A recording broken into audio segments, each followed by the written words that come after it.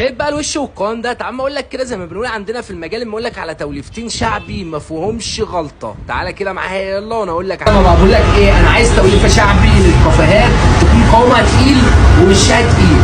بص انا اقول لك على حاجه، اقول لك على السيستم الشعبي. في سياسه بتقول لك ايه، استخدم روبستا وش. هناخد 100 جرام اندونيسي، ولو انت مش عايزها من السياسه اللي اهم حاجه عندك فيها الوش والقوام، هتستخدم 100 جرام فيتنامي و50 جرام هندي روبستا. لكن انا دلوقتي هستخدم لك 50 جرام فيتنامي، وهستخدم لك، انزل لي يا عم عبده تعالى لي كده، 50 جرام برازيلي. دي التطشايه اللي تفرقك عن الاماكن اللي حواليك، يعني التطشايه دي تفرقك عن كل الاماكن اللي حواليك. تحول فنجان القهوه بتاعك لكريمي وتفرق معاك جامد، عن يعني تبقى مميز في وسط الناس. وهنحط لهم ال 50 جرام الهندي روبستا.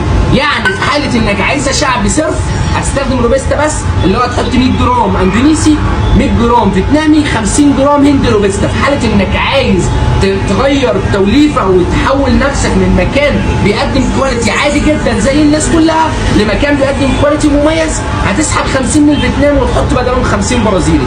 لو هتحوجها تحويجه خفيفه عشان تمشي مع الناس اللي بتشرب بن فاتح. وتعالى بقى اما اطحنها قدامك كده واوريك شكلها بعد الطحن، واوريك القوام بتاعها هيبقى عامل ازاي في فنجان قهوه حالا. تعالى يا عم عبده كده امسك لي وريني شكل الفنجان، الطحنه والدرجه.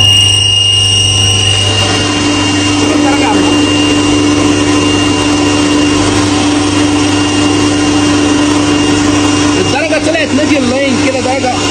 تعالى بقى يا عم عبده كده ايه، نعمل فنجان قهوه منها على السريع كده. تمام، هناخد ربع المعلقه سكر عشان انا بشربها قوي على الريحه. هناخد معلقتين البن، ماشي؟ خدنا معلقتين البن بتوعنا. تعالى لي بقى يا عم عبده كده، تعالى انزل على المكنه، انزل على المكنه. دي مكنه اوكا، لو الناس ما تعرفش مكنه استهلاكها بسيط جدا. تمام، الاحسن طبعا ان احنا نستعمل لها خله كده علشان الحساس بتاعها، السنسور بتاع الحساس بتاعها ما يبصش. تعالى نقفلها كده يا عم عبده.